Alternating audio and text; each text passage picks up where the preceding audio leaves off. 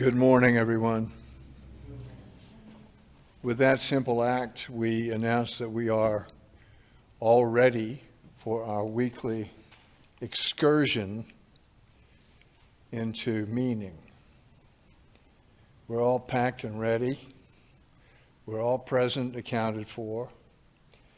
Around us even now are a few of the faces we've come to know, alongside those who may have more recently come. And those of us who are here because we're the right people for this morning's approach to understanding. And those who've logged on, who we can't see now, are also in the right place at the right time. So as we gather now, our hearts and minds open for what new miracles of understanding may be ours, though unnoticed, let us each silently send out the warmth of welcome to you, and to you. I think Lola is going to sing us a song now.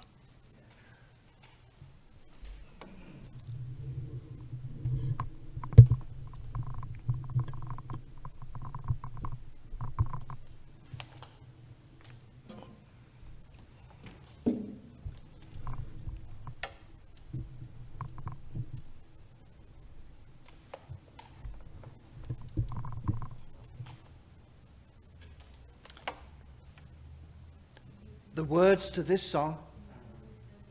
Oh, the camera's looking the wrong way. Come over here, you naughty camera. Come over to your director and tell us what to do. Yay. Go on. The words to this song are attributed to the well-known author from America, Mr. Mark Twain. Whether they really were his or I don't know, but that's what I'm told.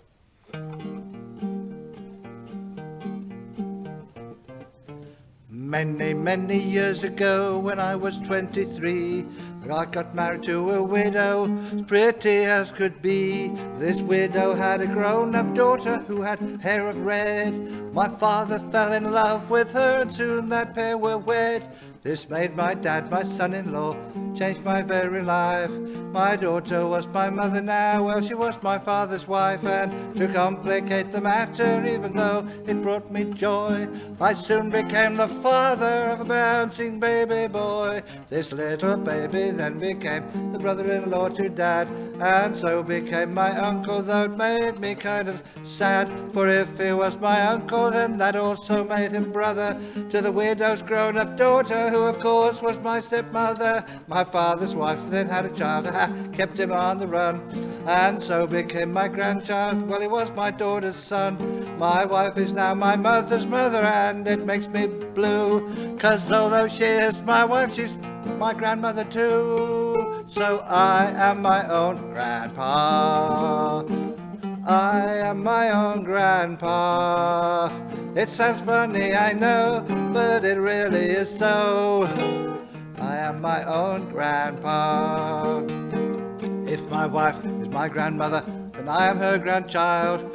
And every time I think of it, nearly drives me wild, because I have become the strangest case you ever saw. As husband to my own grandmother, I am my own grandpa. So I am my own grandpa. I am my own grandpa. It sounds funny, I know, but it really is so. I am my own grandpa.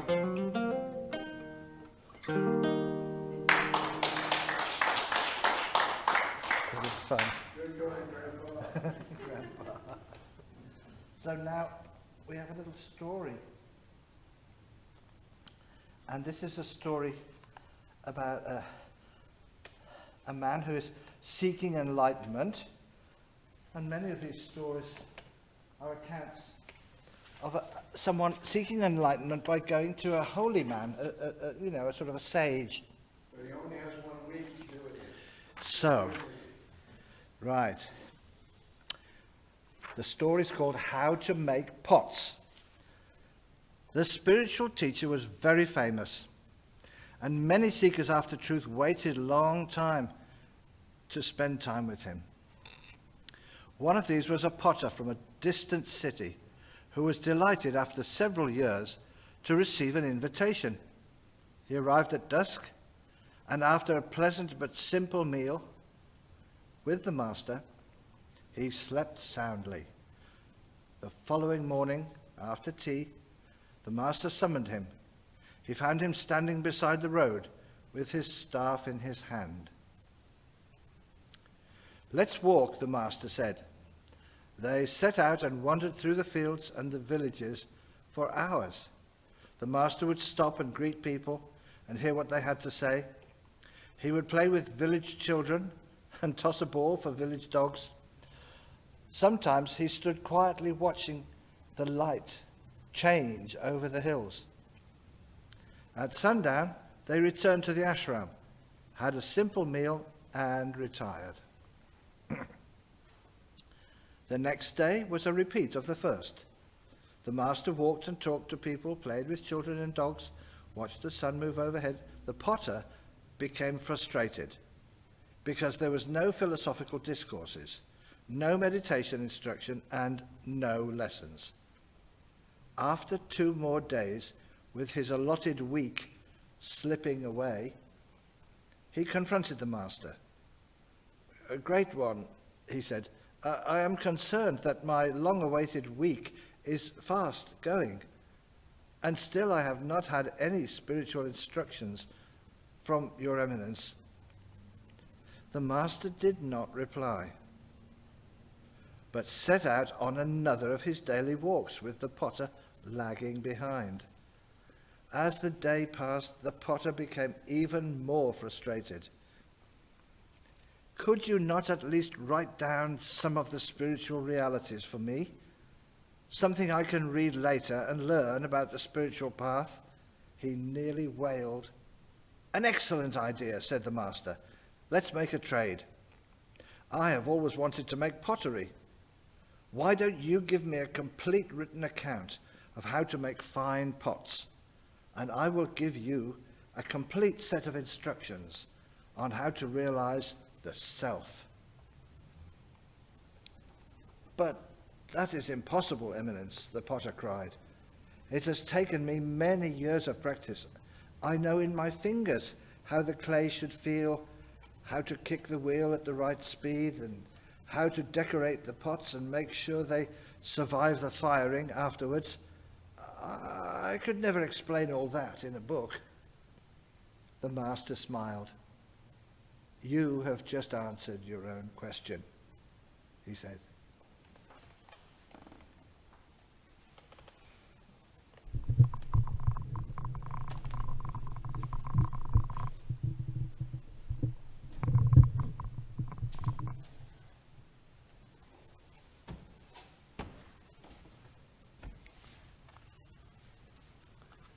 That was a lucky potter.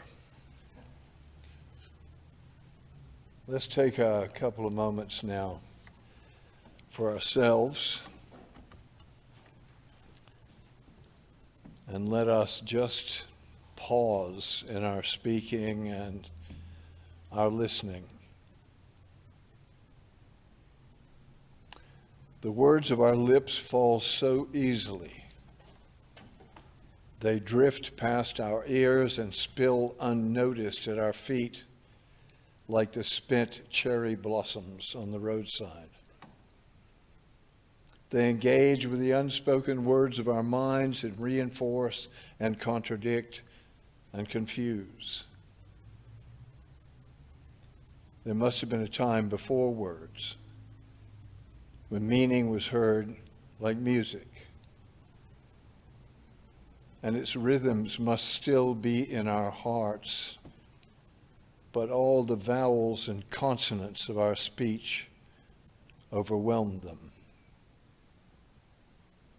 So maybe it's better to leave words behind now, to save them for another purpose, another moment.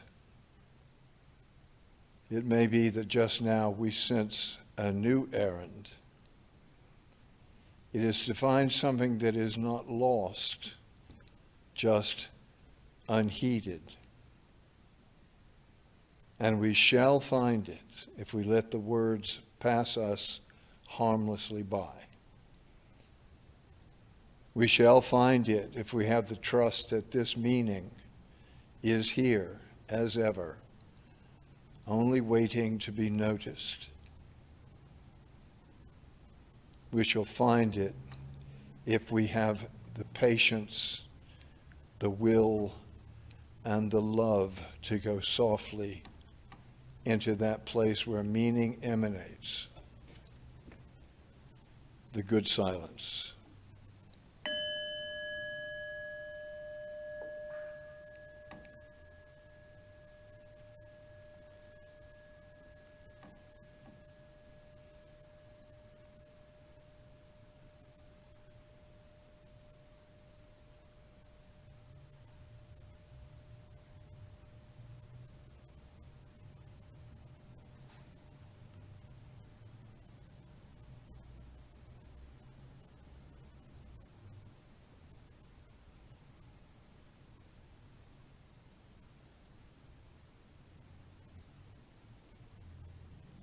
Now may the words of our lips be good and true, and may we speak with bright confidence and deepening love as we say, so be it. Inshallah, shalom, amen.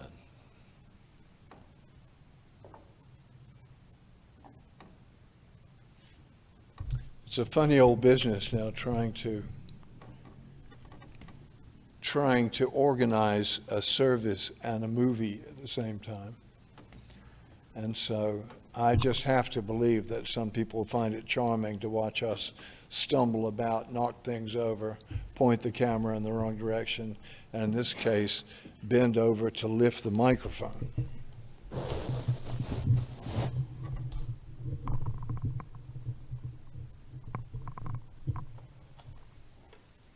Did you find that charming? So did I. Here's something I was told by a friend of mine who's from Iceland, not the shop, the country. See, in his country, virtually everybody is a sailor because they're just surrounded by sea, and everything comes to them from across the sea. So they've all had experience on ships. Key to operating a ship is the keeping of an accurate logbook. The logbook is like holy writ. What goes into it is kept forever. And one day the captain wrote this in his daily entry. He wrote, "First mate drunk today." The first mate was annoyed. He said, "Why did you put that in the book?" The captain said, "Because it's the truth, and the truth always matters." And the first mate said, "Yeah, I suppose you're right." So that evening, he wrote his entry in the logbook. It said, "Captain sober today." Now, he wasn't lying. He was telling the truth. Sometimes telling the truth is not necessarily going to have the kind of effect you hope it does. So I'm going to ask you, you can think about this one now. Are there any liars in here today? Anyone who would characterize himself as a liar, maybe a part-time liar, maybe a full-time liar? Any liars? You liars. I'm putting my hand up. We can't be all that different from our peers. The sociologists tell us that we all lie. Estimates and theories vary between 4 and 10 porkies a day. But of course, all those people who responded could be lying about it, couldn't they? Apparently, we all tell little white lies, as they're called. The most common of these, according to one website I saw, is the statement, "Fine, thank you." That's very likely to be a lie, isn't it? A few others might be things like, "Yeah, I know, the check's in the post, sorry." Or something like this, "I'd love to, but you know, I've already got another appointment that day." We hear from birth that lying is wrong. Some of us have had the Bible waved at us as a kid. Lying is a sin. But if you investigate, you find that the ancient Hebrew code and the New Testament counterpoint called only two types of lies sinful. Everything else is okay. Bearing false witness against somebody is bad, and disseminating false doctrine, that's bad. The rest, hey, go for it. The popular song always said, it's a sin to tell a lie, but that isn't borne out in fact. It's much more likely that we tell our kids that so they can be better controlled by us, who, of course, have already told our share of porkies for the day. Now, some people have got conditions within the spectrum of autism that make it pretty well impossible to lie. You can't lie. They say exactly what they think or they see. They say things like, "Yes, I think that dress does make you look fatter." Or, "Grandma smells funny." We can easily imagine that if everybody had this condition, we'd live in a truthful world where everybody was killing each other. It does appear that lying is not only normal, but it is in fact necessary, at least on a superficial level. Yet whenever we catch somebody at it, politicians say, we react with a righteous indignation. You remember, it wasn't the actual burglary that sunk Richard Nixon's boat in the Watergate scandal. Not at all. It was the lying he did afterwards. It goes almost without saying that we have in the White House until recently, very recently indeed, a man who lied so constantly some people were saying that truth itself is at risk. So is there any reason why lying is something to avoid? If it's not an official sin, if it greases the skids of social interaction, if everybody except autistics of a certain kind do it, why should we disapprove? And that is a good question. What difference does it make? To answer that question, we have to look a little more closely at what we're doing when we withhold the truth from somebody. And you don't have to look very deeply to find that the basic motive of lying is to make yourselves look better, or more important, or more innocent of wrongdoing than you really are.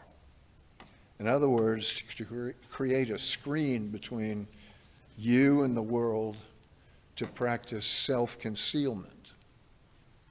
And in self-concealment, there emerges a second self, a secret self, one whose life is invisible to everybody else. Now, presumably everybody has got one of these, and they're not necessarily tragedies. Having a secret self allows the individual to enjoy the illusion of control. All those things which we'd rather not have known about ourselves can rule okay, and the only chore involved is concealing it, or lying. And that done, we have protection from the wishes of other people, even the rules of society. Outwardly, we can smile, we can perform, we can behave exactly as we think we should, while privately we act in a way that we believe nobody else would approve of. Yes, I'm talking about you. I'm not talking here of any sort of really big crimes, the imprisonment of little girls in basements or backyards, the kind of Jekyll and Hyde stuff of the tabloid newspapers. I'm talking about what used to be known as plain old hypocrisy, posing, phoniness, pretending for the sake of others' esteem or personal gain for ourselves to be what we're not. If you've never done that, let's have a word afterwards. The joke is that the things we conceal are not crimes. They're not clear-cut horrors like pedophilia or terrorism. Usually they're the simple stuff from which all human beings are cut, the simple stuff which hardly anybody is willing to admit. But I've come to think that this self-concealment is costly to us too. I think it's costly to that thing we call the soul. What seems like a ruse to protect the heart becomes its jailer and its boss. When we erect a wall between our private and public selves, we're building the wall of a prison that ensures that we will never get those things which we pretend to have already. Personal success and happiness and love, something for which we could be envied. If I were asked about the most important things that we have to do while we're in this world, I would say they're just two, really just two. To live as fully as possible and to show others what you learn.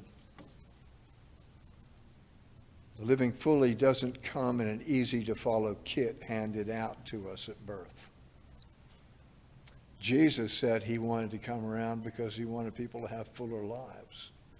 He wanted people to have life more abundantly. And I read in that he meant throw off all the nonsense and start living as who they really are.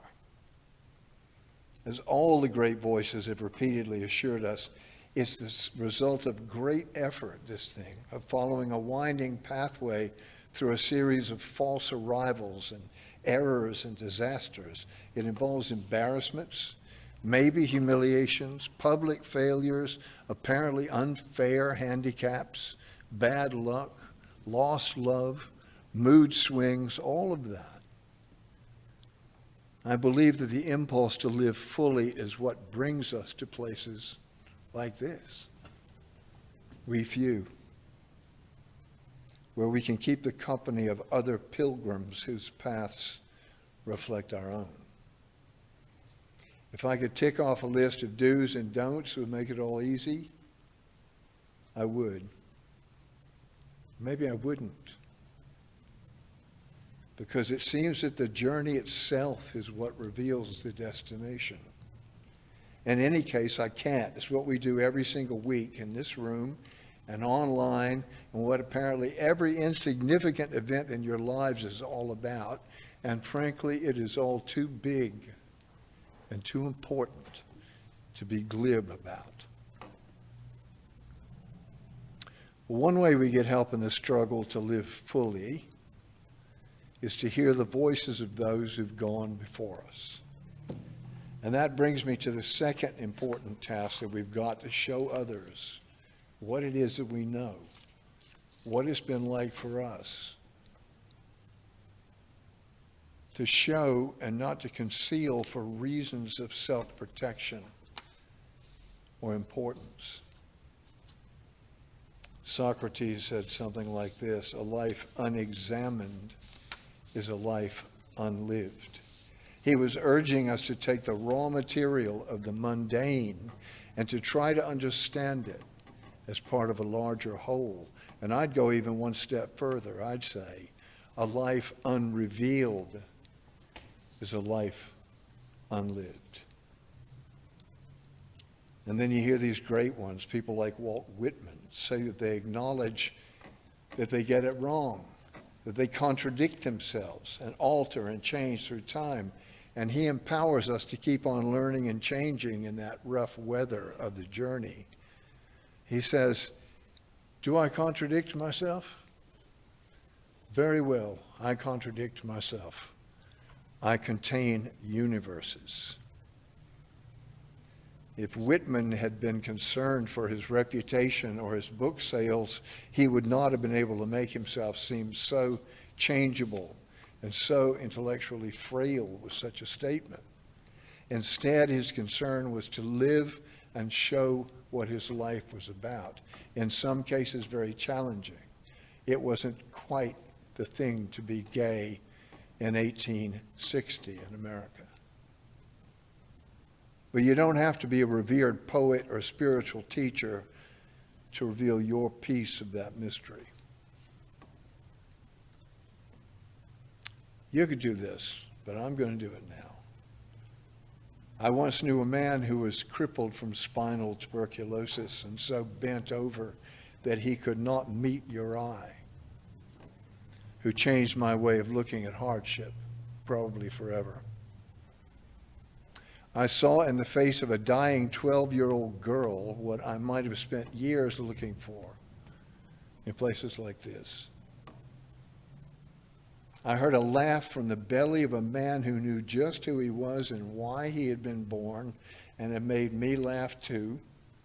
And I spent a blessed week in the company of a man who saw through every one of my ruses, every single one, and named them.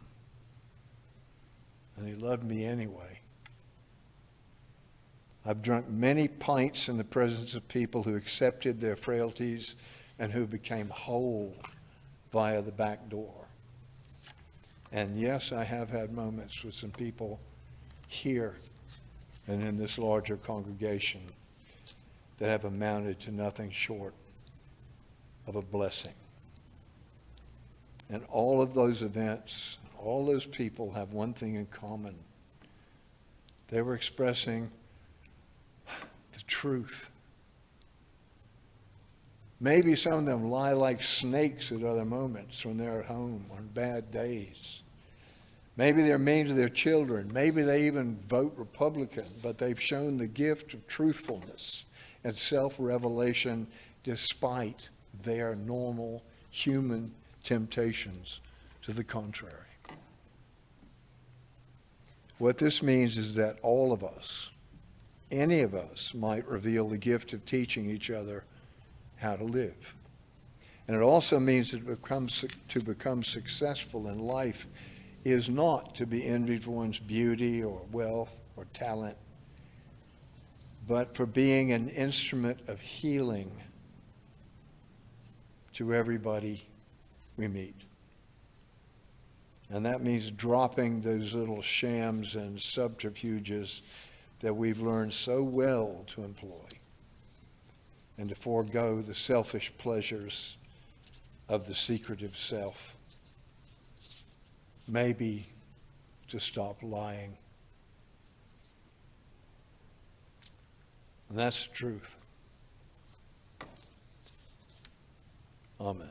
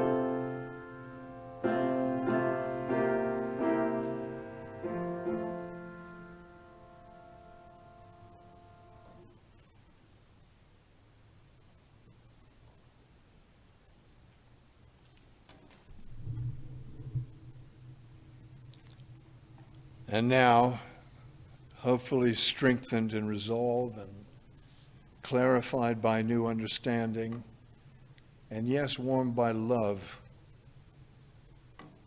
let us just go on with the game of life that we've chosen. Let us live more fully, knowing that what we need for our journey is here before our very eyes. As for this, let us look after one another, because we do know that we can. After this year of lockdown, we know that we can, until we meet again. Amen.